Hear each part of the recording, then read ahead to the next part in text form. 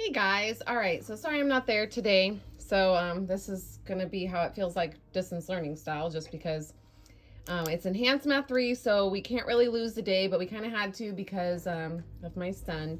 So to not lose a day of learning, we are gonna do this lesson. So this is 3-1. You should have torn out these pages. It was, I believe, 31 to 51. Okay. So if you haven't torn out those pages yet, pause this, go grab your book and tear them out and get going. All right, so we're going to write a third-degree equation that represents a real-world situation. It's going to be similar to something that we did in Math 2. We're going to graph a portion of this equation and evaluate the meaning of a relative maximum. So there's going to be some terms that you haven't heard either in a while or you've never heard before. And that's okay. All right, so bear with me. We're on the polynomial section of Unit 1. We finished arithmetic and geometric sequences and series, and now we are on to the polynomials. All right, so the United States Postal Service will not accept rectangular packages if the perimeter of one end of the package plus the length of the package is greater than 130 inches. Okay, so it cannot be greater than this amount. It says consider a rectangular package with square ends as shown in the figure. All right, so it looks like your typical lengthwise box. These widths are the same, so that tells me that the ends are squares. And this length is making this a rectangular prism type box. It says work with your group. Obviously, we're not doing that. But you guys can work together. And we're going to assume that the perimeter of one end of the package plus the length of the package equals the maximum, which is 130 inches. We're assuming some things. We're assuming the perimeter of one end plus the length equals the maximum of 130 inches. Okay, so what does that mean? I'm going to draw a little picture. So here's the end, and then a length. So these four sides and a length are saying has to add to 130.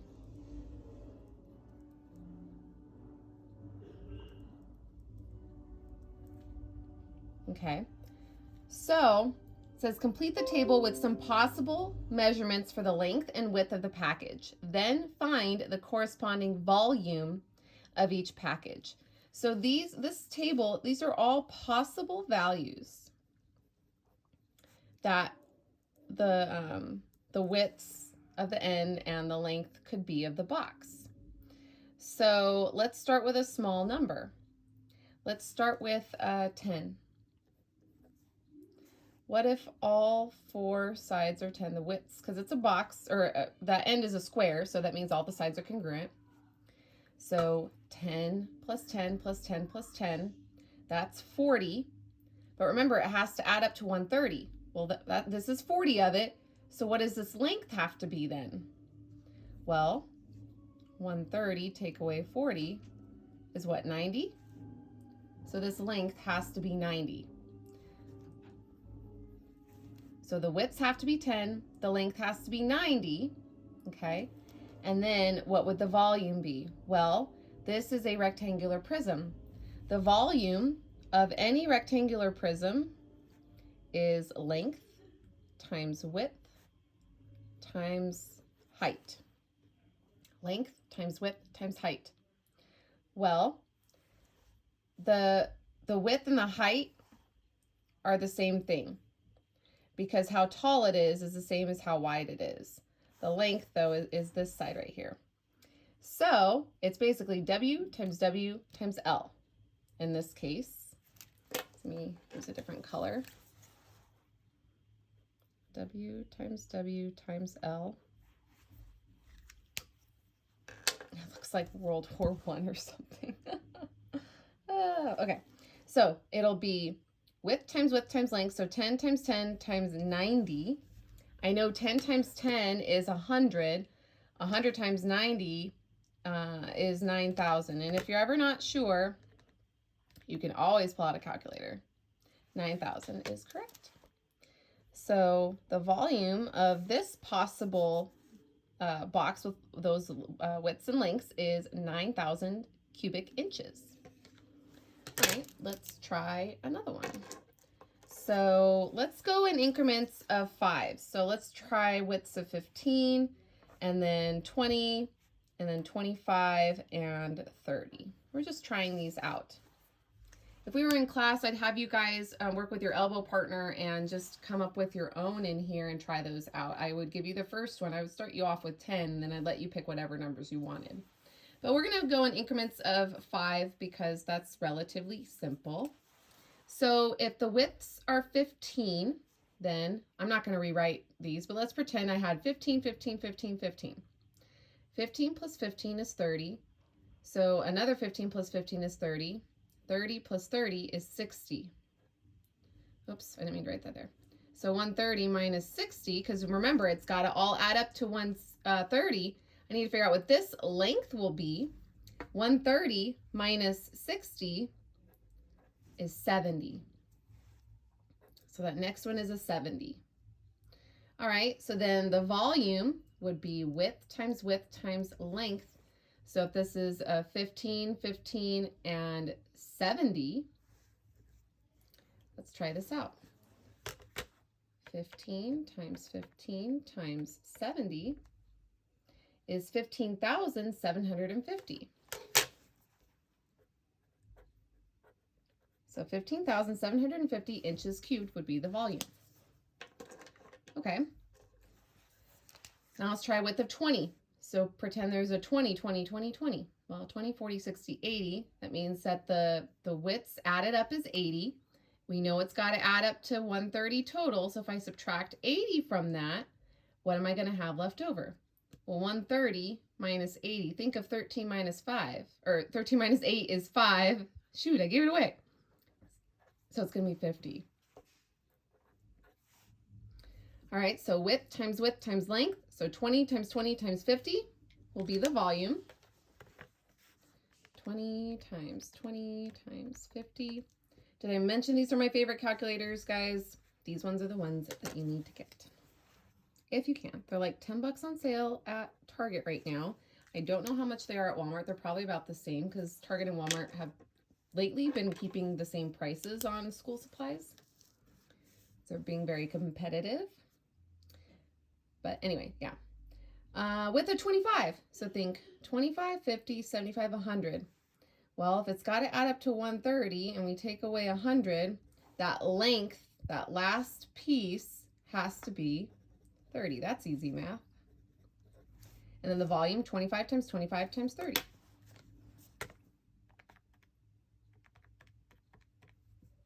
$18,750.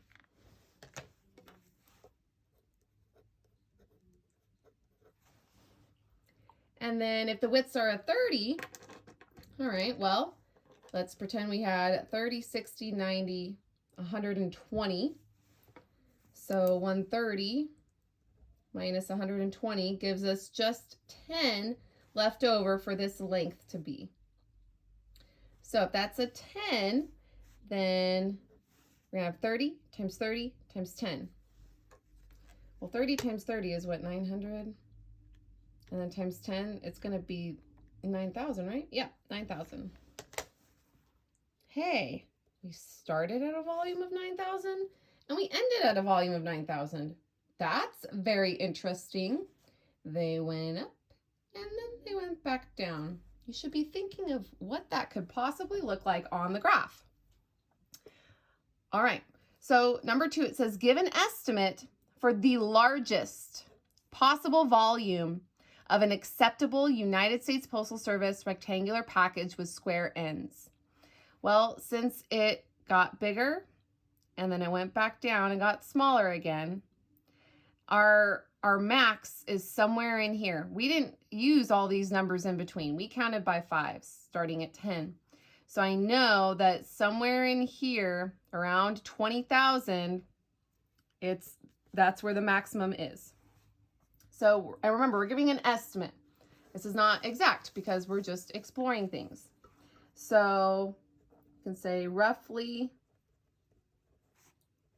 around 20,000 inches cubed. Okay. All right, turn the page. The nice thing about a video is if you need me to slow down, all you got to do is pause me.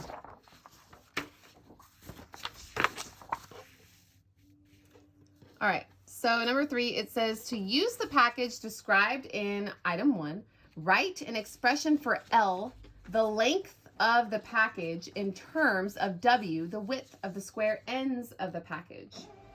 Okay, well, they want it in terms of W. So W is going to be the main variable, okay? But we're writing an expression for L. So it's going to be L equals something. Let me zoom in a little bit. So here's what's going to happen. Remember that figure? It was the square end with a length of that box. So that means we have 1, 2, 3, 4 W's and an L. 4 widths and a length. So that means I'm going to have 4W plus L. And what did that have to add up to? Well, remember what we did on the previous table? It had to add up to 130. Okay, so we just have to solve for L because that's what they want. So to get L to stay there, I just need to move the 4W, which means I have to subtract it.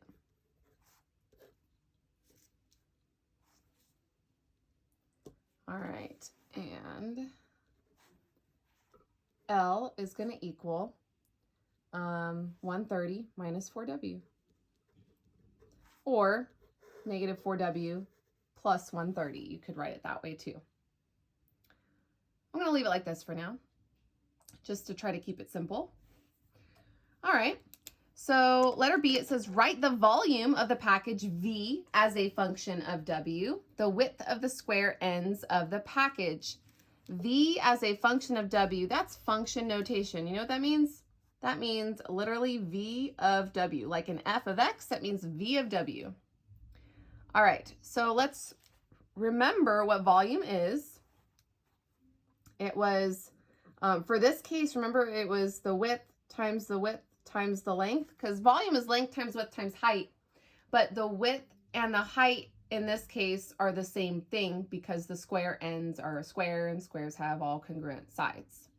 So remember, that's what we're using. Well, we have our W times W, right? And our L is in terms of W. We can, instead of putting times L, we could just put times, I'm going to use parentheses though, because it's a quantity, 130 minus 4W. All right, let's clean this up just a smidge. So I'm going to get, let me use a different color though. I'm going to get V of W equals, W times W is W squared times 130 minus 4W. And we can leave it like that. We could distribute, but let's go ahead and leave it.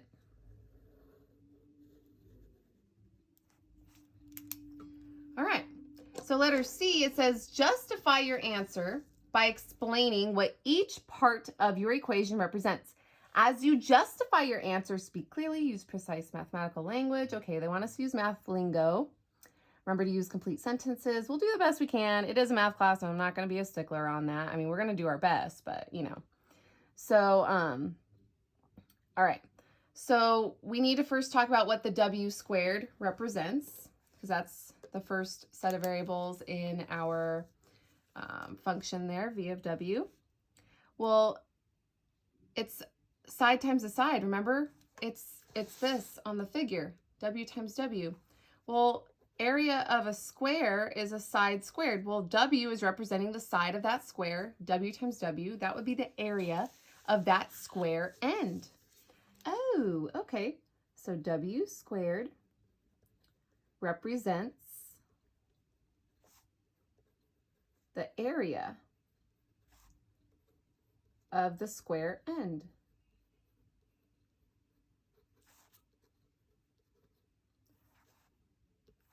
Of the package, of course. And now we need to say what the 130 minus 4w represents. Well, this one has the third w in there, and this is representing volume. You need a third degree for it to be a volume because you're multiplying 3 dimensions together of a figure. So this thing, 130 minus 4w, represents the length of the package. Because remember, volume is length times width times height. So this w squared is my width and height. This 130 minus 4w, hello, stands for L, my length. So I can say that 130 minus 4w represents the length.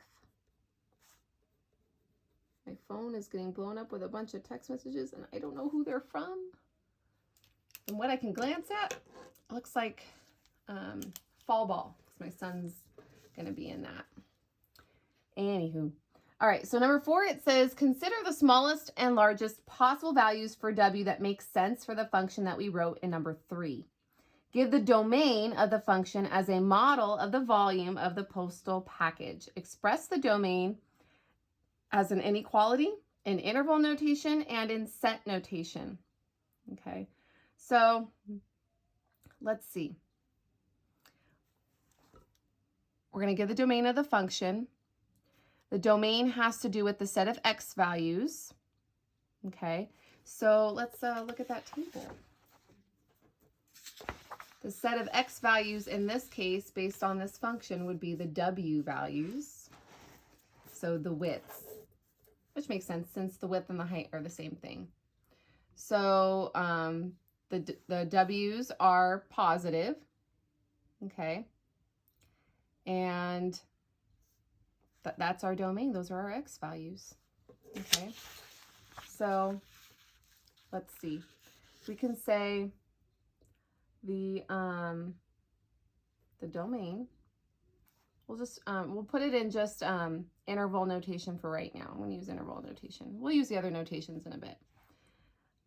We know that we're going from an x value. We started on our table an x value of 10 to an x value of 30, or a w value of 30. Right? Isn't that what we did? 10 to 30? Okay. That is our domain. Is it the entire domain of this function?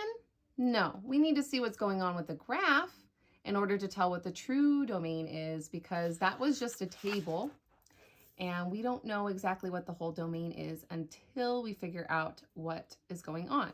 There's 2 ways. We can graph it, or we could take the function and set it equal to 0 and find the zeros. That helps us figure out where to start off with the x values as well.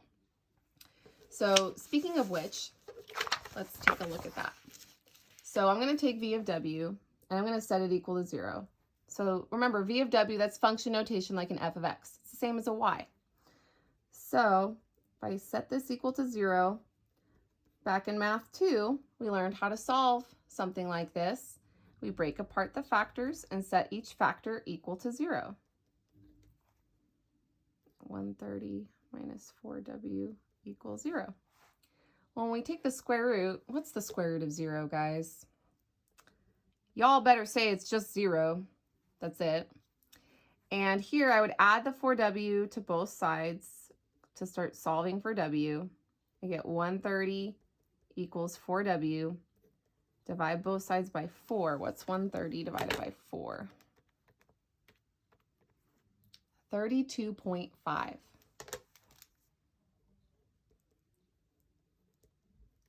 So my graph, or not my graph, my table on the first page doesn't show me everything. I know that my domain has to go from 0 to 32.5. Okay. Plus, can the width of a box be 0? No. And since this lands on the x-axis, it's saying that the height of the volume of the box is 0. So no, we can't equal these numbers, but these are our boundaries. So the real domain, so this was from the table, but our table only showed certain values. It didn't have everything.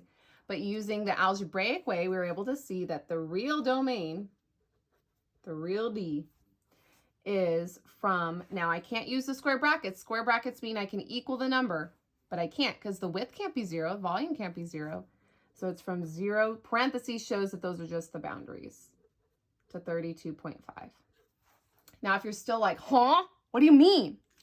It's okay. Let's see what it looks like on the graph. Sometimes the graph is what seals the deal here, which is what's next, number 5. So it says, sketch a graph of the function in item 3B over the domain that you found in item 4. Include the scale on each axis. So I need to go up to 32 on the x-axis here. So I don't have a lot of spaces, so I'm going to keep it as simple as possible. I'm going to count by 4s. 4, 8, 12, 16, 20, 24, 28, 32. On the y-axis, based on the front page, I know that I'm going pretty high here. I know that my max is somewhere around 20,000, so I need to at least go up maybe a little bit higher than 20,000 just to make sure that I reach my max. So let's do that. So I'm going to find these points.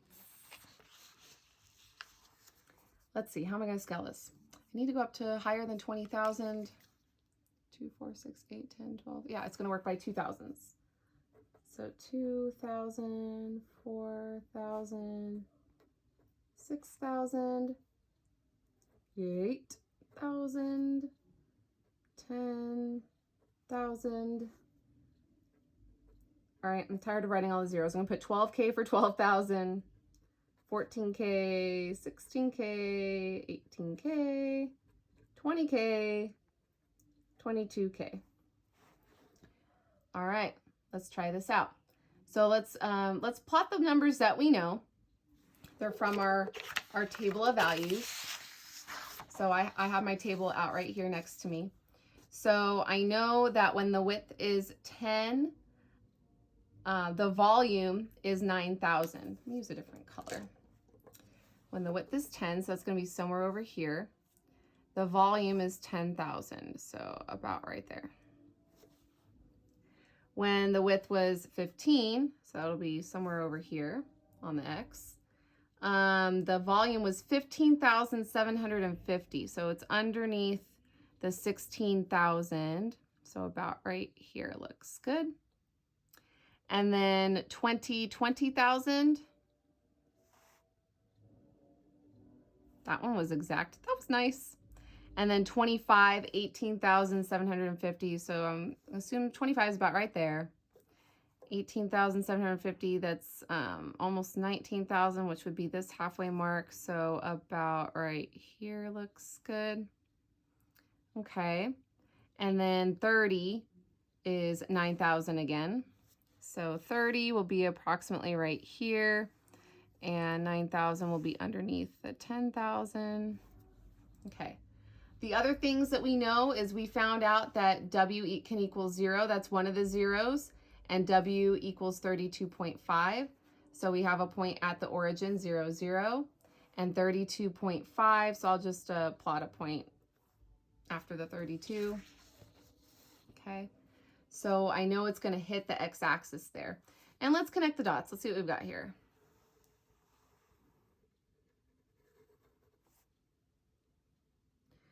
So I can see that my maximum is somewhere in there. So it is just above 20,000 by just a smidge. Okay. So let's also remember what all this means. I forgot to label this. So the y-axis is the volume in cubic inches. The width is the x-axis in inches. Okay. Now I know that this kind of looks like a parabola. It's not though, because technically in our function, it's a w squared times a third w. So that'll be w to the third power. This is going to be a cubic. Now you don't quite know what a cubic looks like yet. That's okay. You will. We're going to learn that soon. But it does have a similar shape. At least this part of the graph kind of looks like a downward facing parabola. Okay. All right. So we've got our graph. And we include the scale on the axis.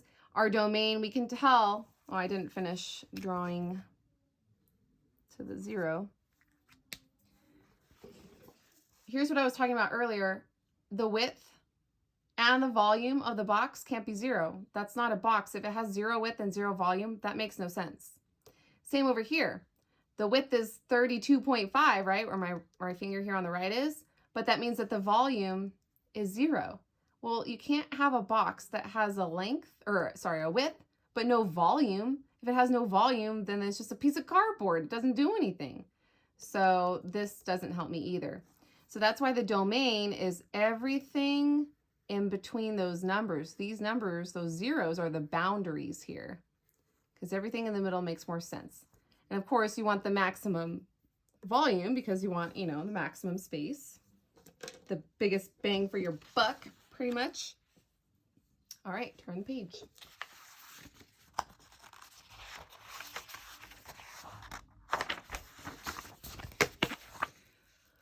Number 6, it says use a graphing calculator. Ooh, we get to go to, what do you think, guys?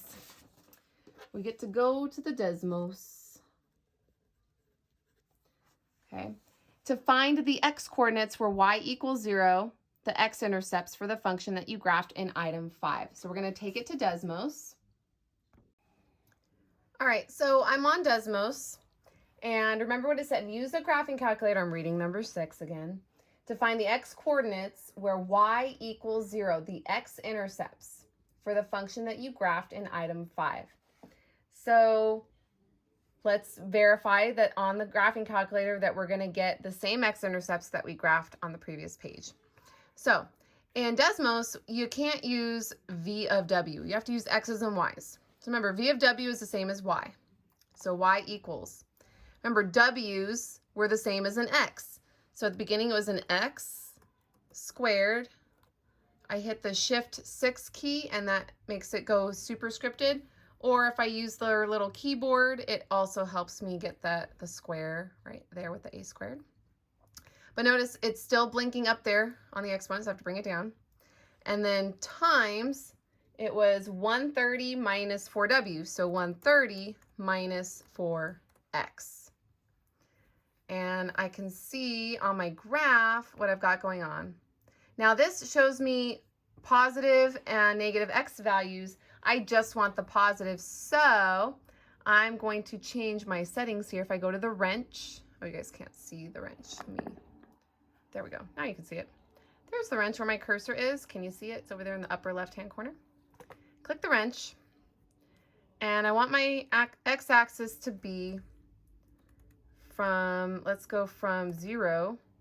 Actually, I need a little bit to the left of 0. So I'm going to go from -1 to, let's go, I know it ends at 32.5, so I'm just going to put 35, just to give it a little bit bigger window. And then my y-axis, I don't want negatives. Come on, Desmos. It's hard to see through my phone. Let's see, maybe -1 all the way to, I have to go pretty high. Let's go to 22,000. Ooh, and then behind, did you see it move? And look how pretty that is. You can really see what's going on. See, there's the cubic part of it. But I want to look at 0. How come I can't see the axis? Let me, did I unclick? Yeah, I unclicked the y-axis, that's why. There we go. So there's 0, 0. So we can tell if we click on that point, it should be exactly the point 0, 0. And let's take a look at the other x-intercept right here, this point. Oh, there it is, 32.5 comma 0. That's exactly what we got algebraically. So yes, it totally makes sense. So our x-intercepts are x equals 0 and x equals 32.5. So on your notes paper, make sure that you put x equals 0 and x equals 32.5. Okay. Then it says, use a graphing calculator to find the coordinates of the maximum point of the function that we graphed. So the maximum point is going to be like a vertex, the peak over here. So let's see if we can find it. I believe this is the peak. Can't go higher than that point. So that's the point that we need to copy down. So copy down for number 7, parentheses 21.667, comma, 20,342.593.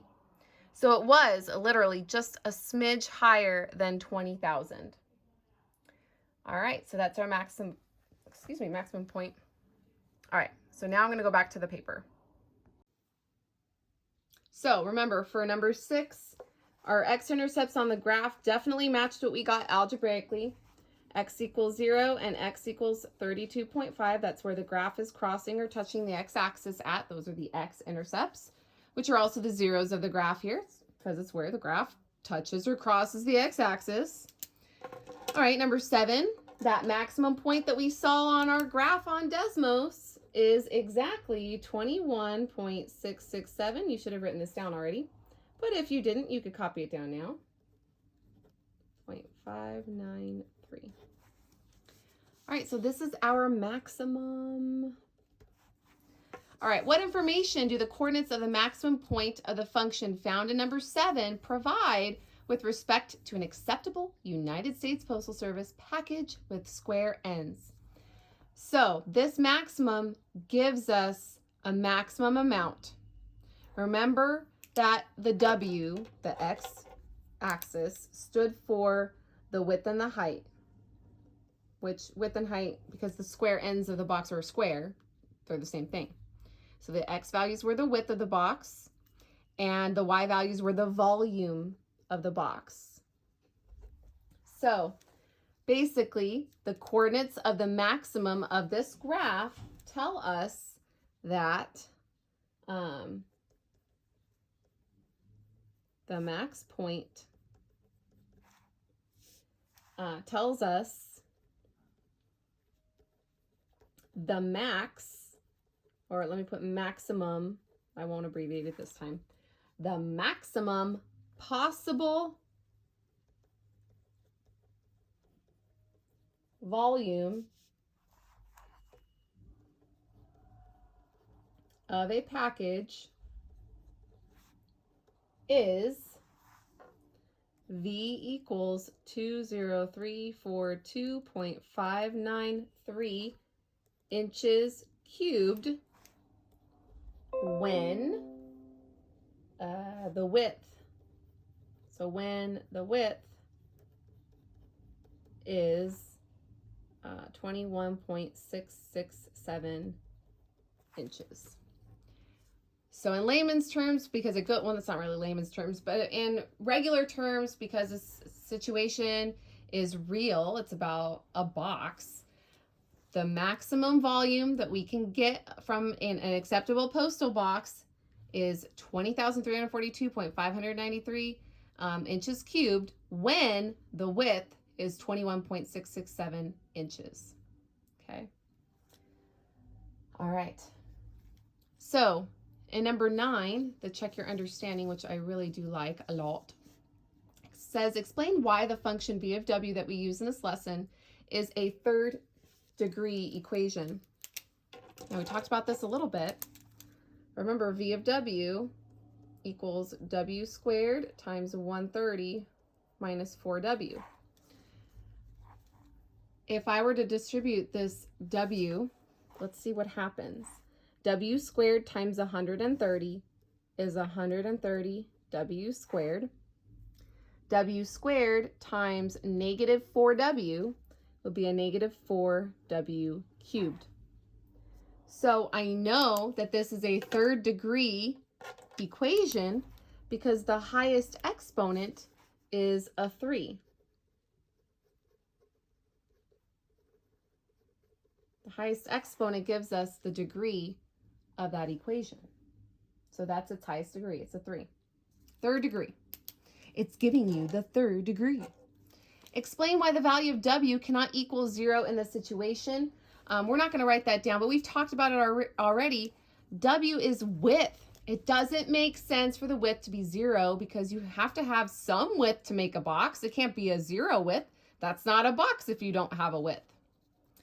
Explain why the value of w must be strictly less than 32.5 in this situation. Well, once we get past 32.5, then I'm no longer in the box range. At 32.5 inches in width, the volume is going to be 0. It doesn't make sense for the volume to be 0. So that's why it has to be before it reaches 32.5 to be considered a box still. All right, in this situation, is it possible for the range of the function to be all real numbers? Why or why not? Well, the word all is what throws it off. It can't be all real numbers because, where's that graph? It has a max. It's not climbing to infinity. If it went to infinity, then it would be all real numbers. But because it stops and then comes back down, it doesn't go higher than that point. So it won't be all real numbers. So the answer to 12 is no. Okay. And we're not going to do 13. So go on to the next page.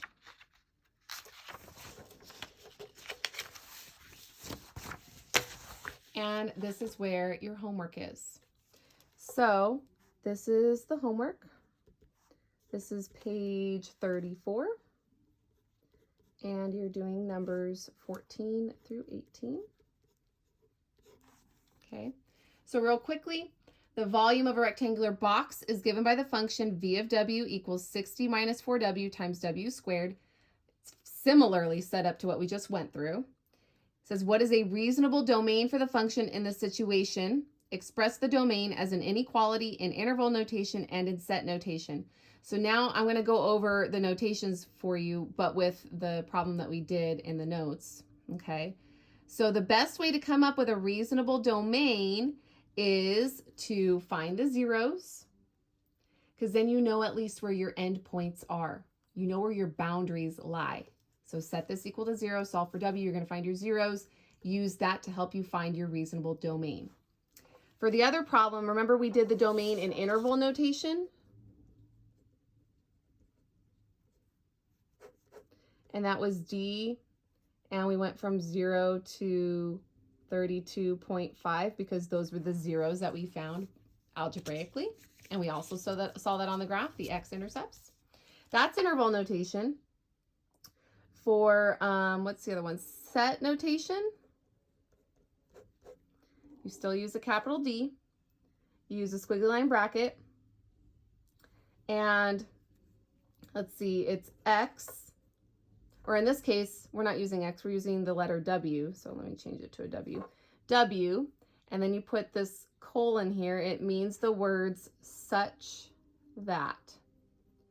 So the domain is the W values such that 0 is less than W is less than 32.5. Okay. And then in inequality notation, it's basically set notation, but without the brackets.